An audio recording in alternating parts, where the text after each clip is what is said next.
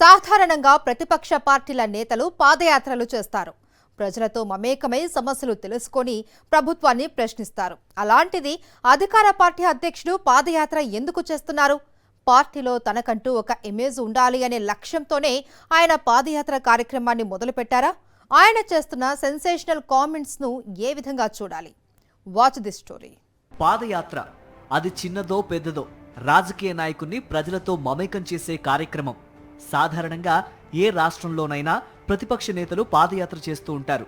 క్షేత్రస్థాయిలో అధికార పార్టీ వైఫల్యాలను తెలుసుకొని సాక్ష్యాలతో సహా వాటిని ఎండగడుతూ ప్రజలకు దగ్గరవుతారు. తమ పార్టీ అధికారంలోకి వస్తే చేయబోయే పనుల గురించి వివరించి ప్రజలకు భరోసాగా నిలుస్తారు. ఇది ఇంతవరకు మనకు తెలిసిన విషయం. ఈ పద్ధతికి విరుద్ధంగా తెలంగాణలో అధికార కాంగ్రెస్ పార్టీ అధ్యక్షుడు పాదయాత్ర చేస్తూ ఉండటం గత కొంతకాలంగా చర్చనీయాంశంగా మారింది. తెలంగాణలో కాంగ్రెస్ ప్రభుత్వం ఏర్పడి 2 సంవత్సరాలు కూడా కాలేదు. ఈ నేపథ్యంలో అధికార కాంగ్రెస్ పార్టీ అధ్యక్షుడు మహేష్ కుమార్ గౌడ్ అసలు ఈ పాదయాత్ర ఎందుకు చేస్తున్నారు అనే చర్చ తెలంగాణ రాజకీయ వర్గాలలో విస్తృతంగా జరుగుతోంది.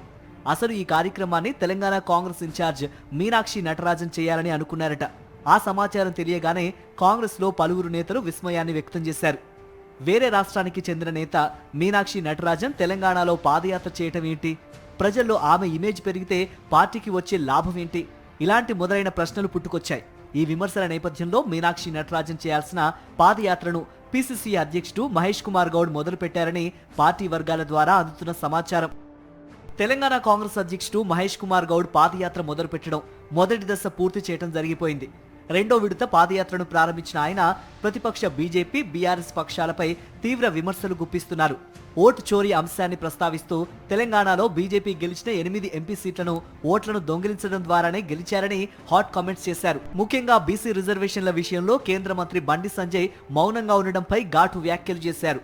కాషాయ పార్టీపైనే కాదు, కారు పార్టీపైన కూడా తీవ్ర స్థాయిలో విమర్శలు గుప్పిస్తున్నారు పిసిసి అధ్యక్షుడు.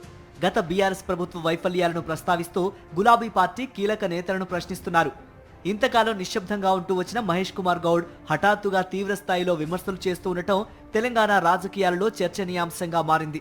ఆయన పాదయాత్ర చేయటం, హాట్ కామెంట్స్ చేయటం వ్యూహాత్మకంగానే జరుగుతోందని అంటున్నారు ఆయన సన్నిహితులు.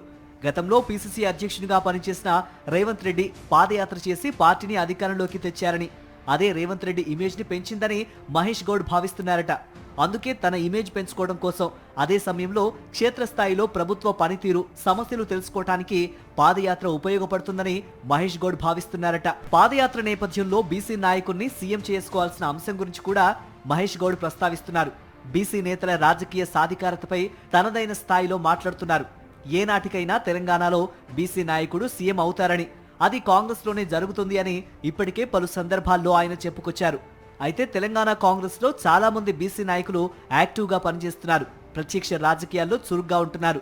వారందరినీ వెనక్కి నెట్టి ముందు వరుసలో నిలబడాలంటే అందుకు తగిన ఇమేజ్ ముఖ్యమని మహేష్ కుమార్ గౌడ్ భావించారనే ప్రచారం జరుగుతోంది.